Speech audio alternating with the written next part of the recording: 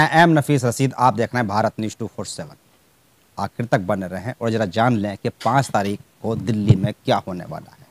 Banner आपको हल्का सा दिखाई दे रहा होगा, पर मैं फिर भी बताता हूं आपको कि 5 नवंबर को दिल्ली के अंदर एक महारैली का आयोजन किया गया है, जिसमें साफ साफ बताया जा रहा है कि संविधान खतरे में है, यानी कि आओ बचाएं संविधान को।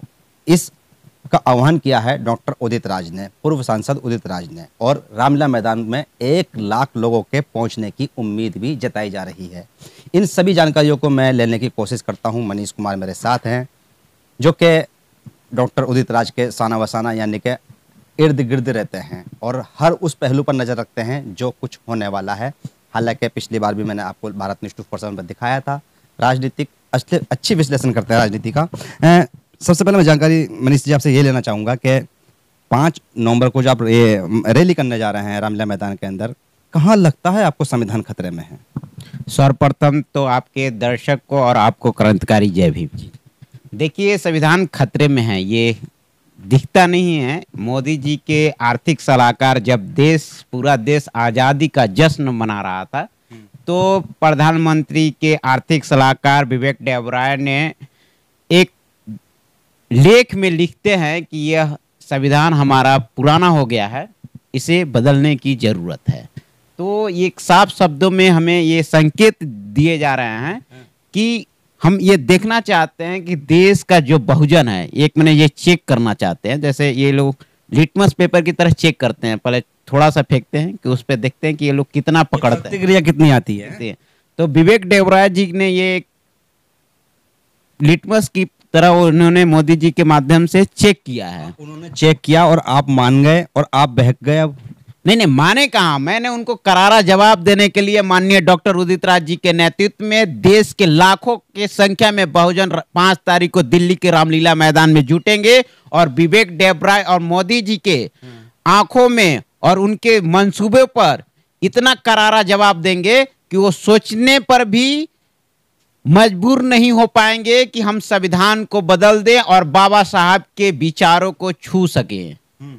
इन्होंने इनकी जो मंशा है देश के अंदर मनुवादी शक्ति को स्थापित करने के लिए, ये बिल्कुल नहीं होगा। यह देश भगत सिंह, सुखदेव और राजगुरु का है और बाबा साहब अंबेडकर ने इस देश को चलाने के लिए एक संविधान दिया है, जिसमें बहुजन समाज में SC, ST और OBC को समानता के पैनल पे लाया जाए। लेकिन ये मोदी सरकार मनुवादियों की सरकार रही है, इनकी शुरू से इनकी पीढ़ी दर पीढ़ी। मनीष जी, हम समझ नहीं पा रहे हैं, इतने सारे सांसद ST, SC, OBC के लोग बीजेपी में शामिल होकर संसद में बैठे हैं, कई सारी विधानसभाओं में हुकूमत चला रहे हैं। आप कहाँ कह रहे हैं कि भाई उनको दलित और या संविधान वाले पसंद नहीं करते हैं बीजेपी को?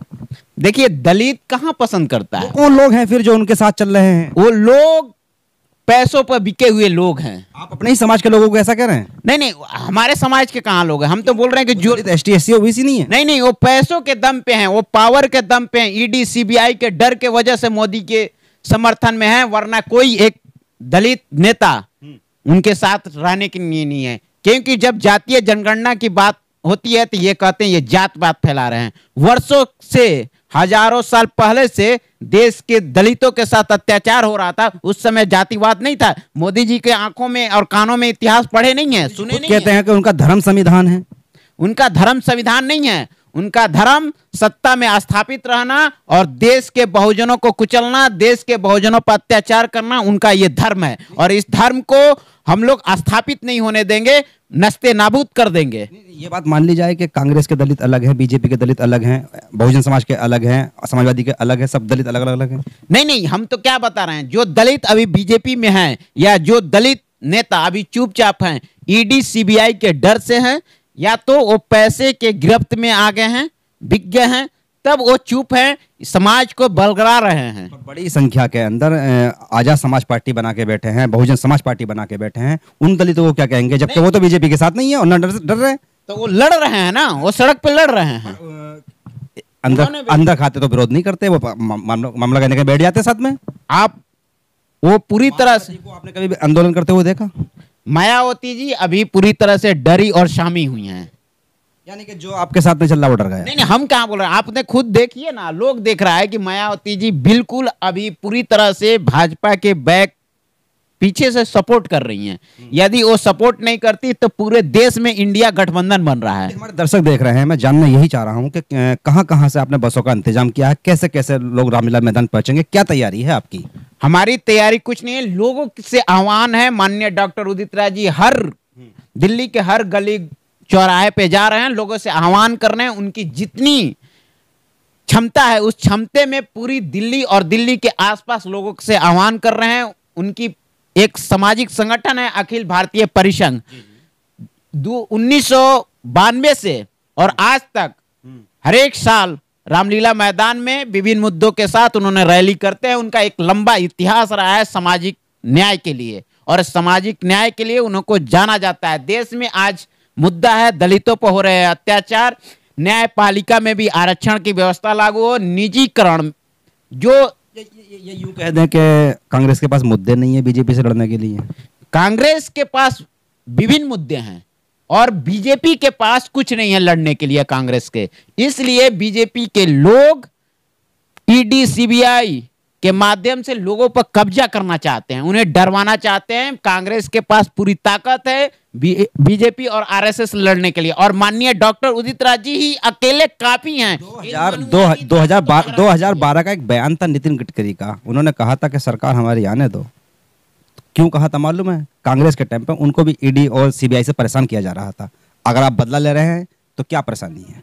ईडी और सीबीआई अगर कानून के दायरे में कानून सम्मत कार्रवाई करती है तो हमें कोई गुरेज नहीं है। टाइम पे कानून के दायरे में थी, बिल्कुल थी, सम्मत थी। हाँ बिल्कुल थी।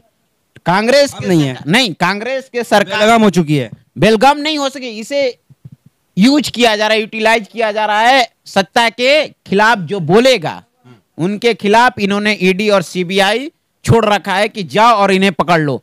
जिस तरह से देश के अंदर चुनाव आ रहे हैं और भाजपा के लोग ईडी और सीबीआई का दुरुपयोग करके कांग्रेस के नेताओं पर शिकंजा कसने और उन्हें डराने और धमकाने की जो कोशिश हो रही है, ये पूरी तरह से साफ हो गया है कि ईडी और सीबीआई असल में भाजपा के पन्ना प्रमुख बन के काम कर रहे हैं।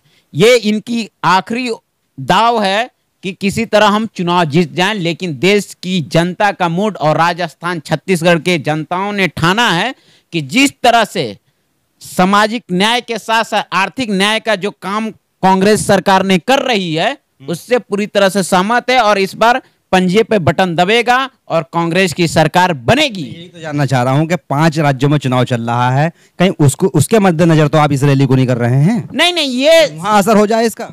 सामाजिक न्याय की लड़ाई लड़ते हैं माननीय डॉक्टर उदित राज जी। पहले वो अधिकारी रहे, कांग्रेसी भी तो है उदित राज जी। कांग्रेसी हैं, हम कांग्रेसी ये नहीं, उन्होंने कांग्रेस और पार्टी को चाहिए प्रचार कैसे भी मिल जाए। डॉक्टर उदित राज जी का उनका एक इतिहास रहा है, वो जब भाजपा में भी रहे हैं तो 600 स्पीच दिए हैं मेंबर ऑफ पार्लियामेंट में, जिसमें 300 शब्द और भाषण दलितों पर हो रहे अत्याचार के समर्थन में रहा है। उनके अत्याचार के खिलाफ जब भी आवाज अगर किसी ने उठाया है तो माननीय डॉक्टर उदित राज जी ने उठाया है। जब चंद्रशेखर रावण जेल में थे, जब 13 पॉइंट रोस्टर के खिलाफ पूरे देश में आंदोलन हो रहा था, जब दलित और बहुजन के नेताओं पर सरकार की गोली से कम मनुवादी ताकतों के लाठियों से जिस तरह से अत्याचार का दमन सहा है दलित बहुजन के खिलाफ, उन्होंने उसके समर्थन में, दलितों के समर्थन में संसद में भाजपा में रहते हुए उन्होंने आवाज को बुलंद किया है, आवाज उठाया है। माननीय डॉक्टर उदित राज जी किसी पार्टी के पक्षधर नहीं है, वो दलित बहुजन लोगों के पक्षधर रहे हैं। फिर भी मैं मानता हूँ, चलिए रैली कर रहे हैं आप लोग और इसका असर होगा, ऐसी बात नहीं है, क्योंकि जब 4 आदमी इकट्ठे होते हैं तो उसका असर हो जाता है। तो 1 लाख की बात हो रही है। सवाल यही बनता है कि क्या उदित राज साहब 5 राज्यों के चुनाव को देखते हुए ही इस रैली को कर रहे हैं, और कहीं ना कहीं जो और बाकी संगठनों में दलित हैं उनको धाता बता रहे हैं? माननीय डॉक्टर उदित राज जी की ये जो रैली है, पुरानी पेंशन बहाल हो, निजीकरण पर रोक लगे, न्यायपालिका में भी आरक्षण हो, निजी क्षेत्रों में भी आरक्षण लागू हो, देश के अंदर जातीय जनगणना हो, पूरे देश में एवं दलित उत्पीड़न पर रोक लगे, ये तमाम मुद्दों को लेकर माननीय डॉक्टर उदित राज जी के नेतृत्व में 5 नवंबर को पूरे देश से बहुजन जुटेंगे दिल्ली के रामलीला मैदान में और अपनी ताकत को प्रदर्शित करेंगे और मोदी सरकार की चूल हिला कर रख देंगे। चलिए, शुक्रिया बात करने के लिए। तो कुल मिलाकर जिस तरह की बातें सामने निकल के आई हैं, अब देखना यही है कि 5 नवंबर को जो रामलीला मैदान के अंदर रैली होने जा रही है उसके अंदर 1 लाख की संख्या का दावा किया जा रहा है और साथ ही साथ संविधान बचाओ के साथ साथ बहुत सारी बातों पर यानी कि गौर किया जाएगा।